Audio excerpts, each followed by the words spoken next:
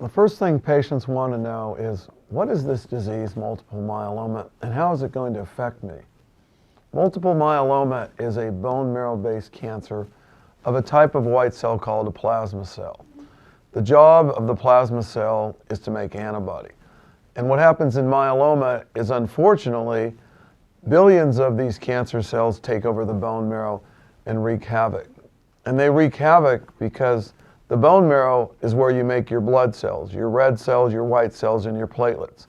And when the weeds, that is the plasma cells that are malignant, take over the bone marrow, the green grass can't grow. You can't grow red cells. You can't grow platelets or white cells.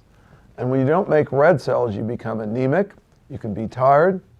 When you don't make white cells, you cannot have an ability to fend off infections. And when you don't make platelets, you can bleed. So commonly, patients have the first one. They don't make red cells and they're anemic. Not so often do we see low white counts and platelets. Now, because these plasma cells make antibody, and there are lots of them, there's a lot of antibody made of one type. When all that antibody goes into the blood, it can traverse to the kidney.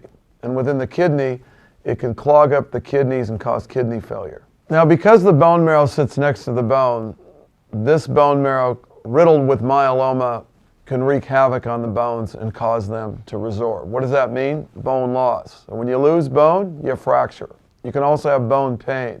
So patients may present with fracturing and lots of bone pain. In addition, patients can have infections sometimes because they don't make any other antibody, and they can have low white counts, as I said.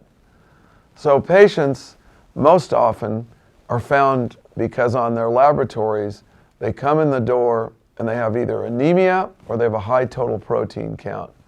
And often they may have back pain or bone pain, and then on x-ray are found to have holes in the bones suggestive that they have multiple myeloma. Again, the major problems our patients come in today with are anemia, fatigue with it, or fatigue just from the myeloma itself.